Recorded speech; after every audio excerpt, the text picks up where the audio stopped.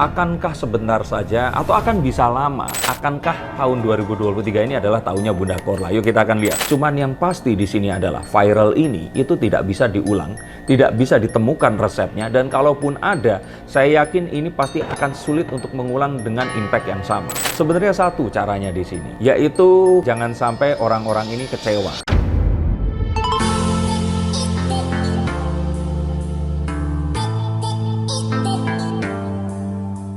Bunda Korla atau Cynthia Korla Priscilla.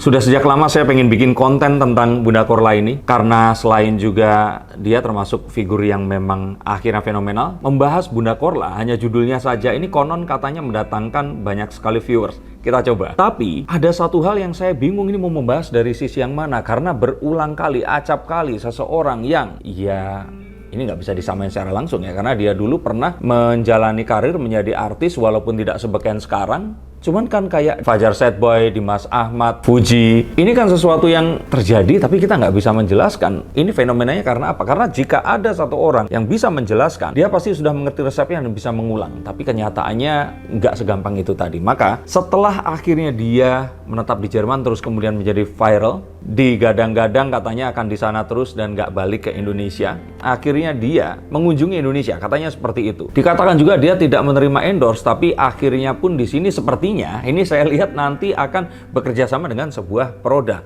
Nah, kita akan lihat kedepannya ini akan seperti apa. Akankah sebentar saja atau akan bisa lama? Dan akankah Bunda Korla ini balik ke Jerman atau kembali menetap di kampung halamannya di Indonesia? Yuk kita akan lihat menggunakan kartu-kartu saya.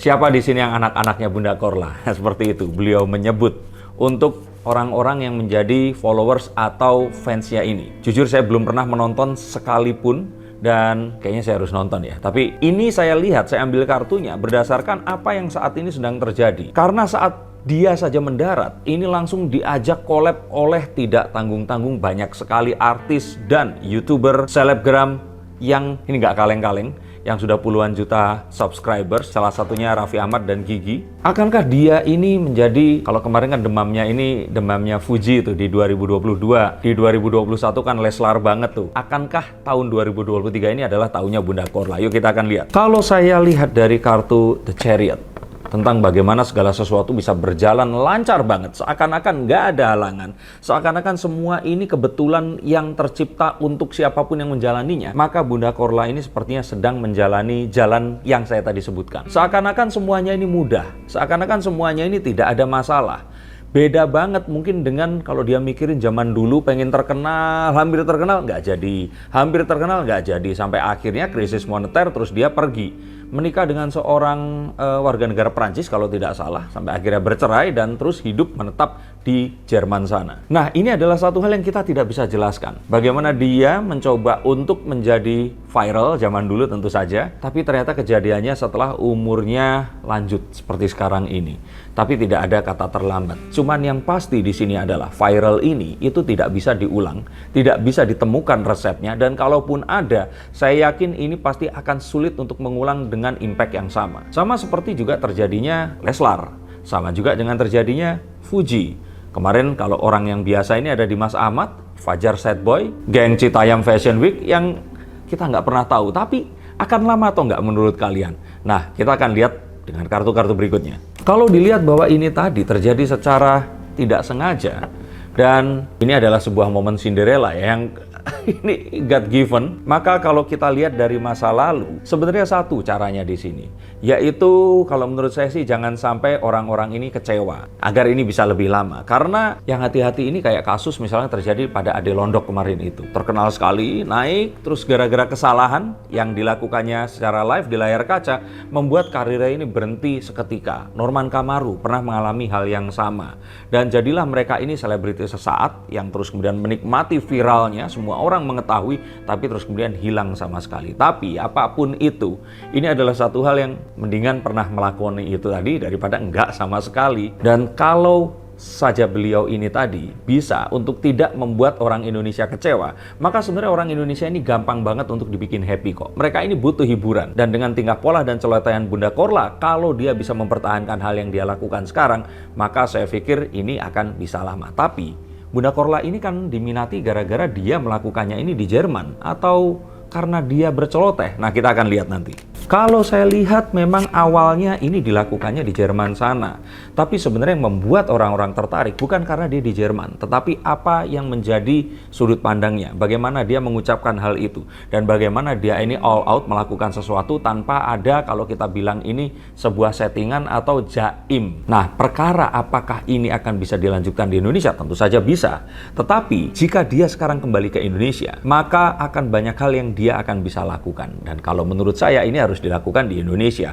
Maka saya sedikit di depan ini bocorkan bahwa sepertinya Bunda Korla ini akan enggan kembali ke Jerman. Walaupun sekarang narasinya dia bilang enggak kok, saya akan balik ke Jerman. Ini cuma mengunjungi dan sebagainya. Tapi kalau saya kok percaya yang sebaliknya. Atau mungkin Bunda Korla belum melihat masa depan, dan saya di sini melihatkan masa depan untuk Bunda Korla ini. Dan kalau memang ternyata zamannya sekarang ini zaman FOMO, maka saya katakan bahwa ya mungkin apapun yang dia katakan ini harus berubah, disesuaikan. Seperti dikatakan bahwa dia tidak mau menerima endorse, tapi ternyata dia akhirnya harus menerima endorse. Dibatasi hanya untuk orang-orang yang dia kenal. Tapi nantinya saya pikir semua orang juga akan membutuhkan. Dan ya ini satu hal yang kalau kita katakan nggak bisa terpisah. Karena saat orang-orang berkumpul, kalaupun bukan dia yang menginginkan, orang-orang yang nonton ini membutuhkan sesuatu yang dia juga harus sampaikan. Dan maka daripada itu, nggak usah takut kalau dibilang aji mumpung. Tapi memang ini zamannya FOMO, fear of missing out. Kalau nggak dikelola dan diolah sampai maksimal, maka saya pikir ini akan habis sebelum kita mendapatkan apa yang kita harapkan. Maka yang paling penting di sini adalah strategi dan fokus saja pada apa yang ada saat ini. Jadi nggak usah diburu-buru, semua ada fasenya dan nikmati saja kalau saya pikir.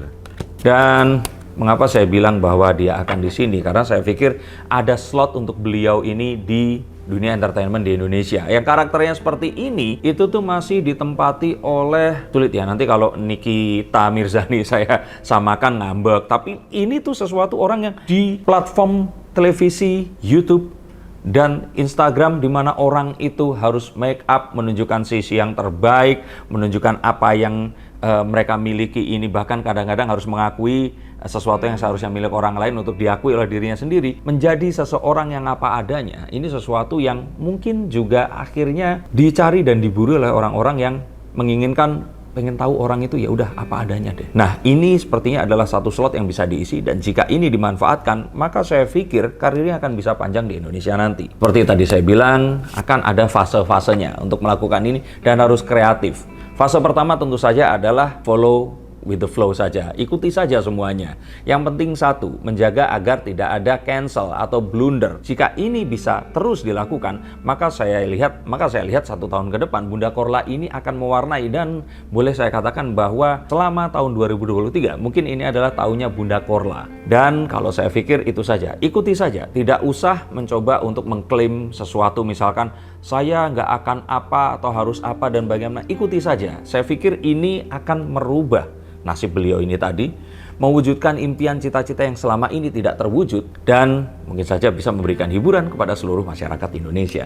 Nah, tahun berikutnya harus seperti apa? Jadi kalau saya pikir di tahun berikutnya, dia ini tidak boleh terus ada di siklus yang sama. Yang artinya apa? Misalkan sekarang ini, yang kalau kita lihat polanya ini karena didatangkannya sama Ivan Gunawan bareng sama Maharani Kemala, kalau saya nggak salah. Kalau saya salah silahkan dikoreksi di bawah sini. Maka yang dia datangi saat ini itu adalah artis-artis yang merupakan brand ambasadornya si MS Glow ini. Misalkan salah duanya adalah Raffi Ahmad dan Nagita Slavina. Maka itu dulu nih, karena kan eksklusif nih. Baru nanti ke, ya urutannya kan ada kan itu, tahta YouTuber-YouTuber ini. Mungkin nanti masuk ke, oh iya, Atta dan Aurel, itu kan juga MS Glow ya. Mungkin nggak lama nanti akan bareng sama Fuji dan keluarga Pak Haji Faisal, atau sudah. Dan ini kalau saya pikir, kalau diikuti terus, ini nggak ada habisnya. Tapi bagaimana mengkonversi orang-orang ini tadi untuk nyemplung ke kolam yang ada. Jadi kalau saya pikir, Bunda Korla harus punya YouTube channel. Udah nggak usah dalih macam-macam, bikin aja. Karena kalau tidak, ini akan jadi rugi. Jadi kalau menurut saya harus punya YouTube channel, dan ini harus diaktifkan dengan segera. Mungkin nggak ya diundang ke Close the Door. Dan tahun ketiga, jika dilakukan ini, maka saya pikir dia akan, kalau menurut saya ini, memiliki satu roadmap kesuksesan dan kekayaan yang akan luar biasa. Di tahun ketiga biasanya orang sudah mulai nggak hype lagi. Maka kalau saya kira di sini harus memiliki produk sendiri atau mempunyai sesuatu yang bisa diberikan dan tidak hanya karya berupa jasa pertunjukannya saja. Misalkan punya skincare sendiri atau memiliki restoran atau apapun tadi, atau sekolah public speaking mungkin untuk cara menarik orang-orang, sekolah viral. Bercanda sih. Tapi konversi dari orang-orang menuju ke channelnya, jika ternyata ini bisa dikerjasamakan dengan orang lain yang mau untuk memberikan investasi, membuat sebuah produk, maka saya pikir ini akan mengangkat dan membawa dia ke sesuatu yang dia impikan saat dia masih muda 30 tahun yang lalu. Dan jika Bunda Korla menonton ini, lakukan agar momen ini tidak hilang dan menguap begitu saja.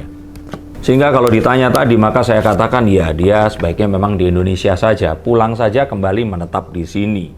Bukan masalah pekerjaannya dan sebagainya, karena kesempatannya sedang banyak sekali. Tapi ingat, apapun tadi harus dikelola dan dimanage dengan benar. Menunjuk seorang manajer atau brand consultant yang tepat, ini akan membawa dia itu melewati shortcut dan langsung ada di jajaran di atas-atas ini tadi loh, menjadi selebgram atau mungkin artis-artis yang luar biasa yang akan, kalau saya pikir mirip sama Fadil Jaidi, Keanu AGL atau Mang Osa. Nah, saya pikir akhirnya nanti dia akan bisa sukses jika dia mau kembali dan terus kemudian melakukan apa yang dia tetap lakukan sekarang, tapi dengan satu strategi dan pola bisnis yang lebih baik lagi. Tapi kembali, saya katakan bahwa penentuannya ini ada di saat ini. Dan ini akan terjadi selamanya. Maka tetap dan harus hati-hati.